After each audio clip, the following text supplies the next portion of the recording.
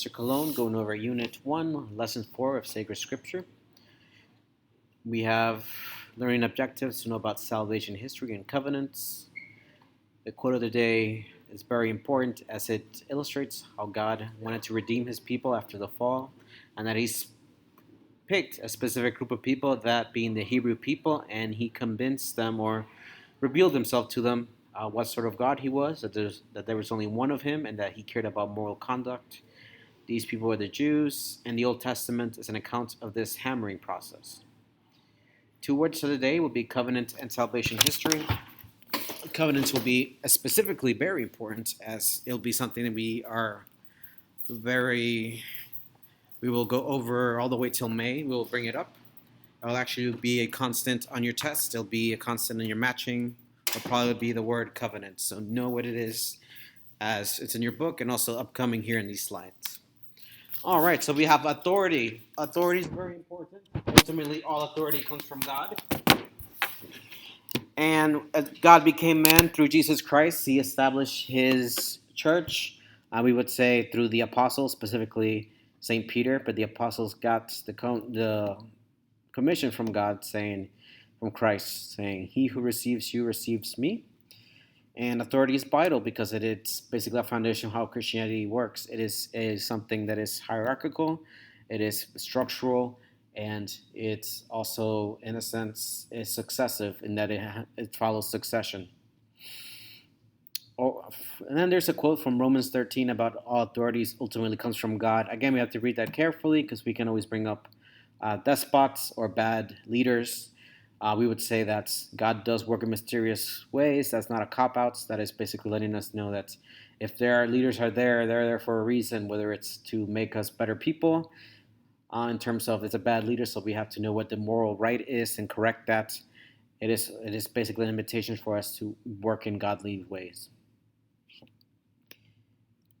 So the church is held up by tradition, both sacred tradition, as in the scriptures, but also oral tradition that the church safeguards, and the magisterium, the teaching authority of the church, safeguards this, or it's said to. This is a previous slide that we did an activity on, but it's basically there to emphasize specific things about Scripture. Ultimately needs an authoritative guide to get the fullness or the complete truth out of it. From the Ethiopian eunuch, how can I know unless someone guides me? And Saint Philip does guide him, even though the Ethiopian was reading from the book of Isaiah. That was all well and good, but Saint Philip said that this scripture was somehow related to Jesus Christ. So even there, we have an implicit hint that the Old Testament somehow is foreshadowing its coming of Christ. Remember that interpretation. Ultimately, we want to pray when we read the Bible, and ultimately to get the best form of it, to get the fullest extent. And remember that the ignorant and unstable twist the scriptures to their own destruction, so let's gotta be careful with it. The authority was given specifically to the apostles and their successors, which is exercised in the magisterium. All right, so we have both salvation history and covenant. You have the definitions here. Salvation history, you can look at it like a timeline from beginning to end, from the Big Bang all the way till the end of the universe. In that sense, salvation history implies that it's not only history, but salvation, that God intervenes in history at certain points, and that He cares about His people. He is not equal to history; He's above it, but He also interacts with His people in a progressive sense. As history is not cyclical, it does rhyme, but it does not repeat. We don't live in a cyclical worldview, and this was a novelty when it came to the Hebrew people and possibly the Zoroastrians, other two ancient people who thought of history in this manner. I guess some of the philosophers may have thought so as well, as history having a goal, but this is explicitly encompassed in a theological form. Covenants, think of it like adoption or marriage, where two people who are previously unrelated come together and have bond with each other. It's like a contract, a treaty, and that they have specific obligations on each side. If salvation history is a process and covenants are the vehicle for that salvific act. No, this slide specifically about the covenants. All right, God is both just and merciful. Just and merciful. These things are inseparable, and we have to remember this as we look at the Old Testament. So, going back to salvation history, it is essentially God's progressive plan for our salvation. Progressive in two senses. The first sense is that He gradually reveals Himself to us.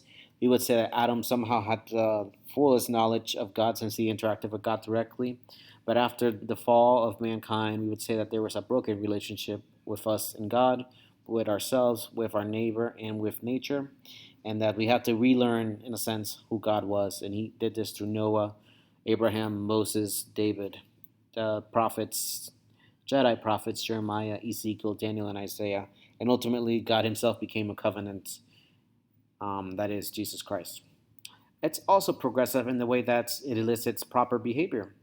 Um, there was rules and stipulations with every time the covenant was broken, so it was not as God intended it to be until Christ came. The six covenants become a vehicle in which God personally deals with humanity and tries to repair a broken relationship.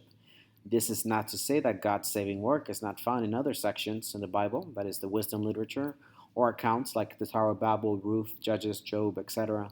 But the foundations are in the covenants, so that's what we're going to focus on, the covenants in the Bible. And if other things are I find important to get us through Christ, we'll mention those as well. But our focus will be on Adam, Noah, Abraham, Moses, and David. And I want you to know who these covenant mediators are and what their role, form, and sign is. As such, I want you to know this specific slide or this chart. So please memorize it, print it out, do what you can, because I'm going to keep going back to this again and again. Especially the first six members before we get to Christ, since are all in the Old Testament. All right, this is more of a different way of interpreting or explaining who the covenant members are. We have Adam, and in Adam, we have that his story is found in Genesis 1, actually 2 and 3. And it is referenced in the book of Hosea and Sirach that Adam had a marriage with Eve and that he was in the covenant form. These things are not explicitly told in Genesis narrative, but that makes it more clear when it comes to Hosea and Sirach. There's Noah, there's Abraham, and there's Moses, and when we get to them in the future, we'll delve deeper into who they are and what they meant in terms of the covenant process. An important aspect before I move on would be as a covenant is broken, concessions, that is, the thing granted especially in response to demands, are conceded. These things are made. So, if when a covenant is broken and is reformed, it is not as good as it once was. There's concessions that are given to people by God. We have David, we have Jesus, and in between David and Jesus, we have the important four prophets that really foreshadow what the new covenant will look like.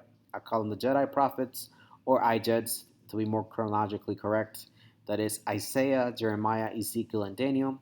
And we'll talk about them individually and what they mention about how the new covenant, new and everlasting covenant, how will that look like. And we have who Jesus was and how Jesus himself was a covenant and how he wanted to establish a covenant in the Last Supper with the new covenant in his blood. And his covenant sign is the Eucharist. So the Eucharist, appropriately enough. All right, guys. If you got this patted down, make sure to look for the homework for next time. This is an important presentation and slides and notions to know. So please get to know those, and God bless and be safe.